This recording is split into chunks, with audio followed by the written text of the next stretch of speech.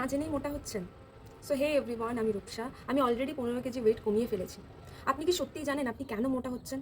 না, না, এটা ভুল কনসেপ্ট যে আপনি বেশি খাচ্ছেন বলে মোটা হচ্ছেন। আপনি কিছু রিজনসের জন্য মোটা হচ্ছেন। নাম্বার 1, আপনি বারবার খাচ্ছেন। আপনার স্ট্রেস হচ্ছে বা আপনার বোর লাগছে, আপনি তাতেও খাচ্ছেন। নাম্বার 2, আপনি লিকুইড ক্যালোরি ইনটেক করছেন, যেমন চা, কফি, বাইরের মার্কেট থেকে কেনা জুস, এগুলোতে হাই ক্যালোরি থাকে। নাম্বার 3, আপনি কম ঘুমাচ্ছেন। সেটা যে কোনো রিজনে হতে পারে, আপনার পার্সোনাল লাইফ, আপনার প্রফেশনাল লাইফ বা আপনার স্ট্রেস।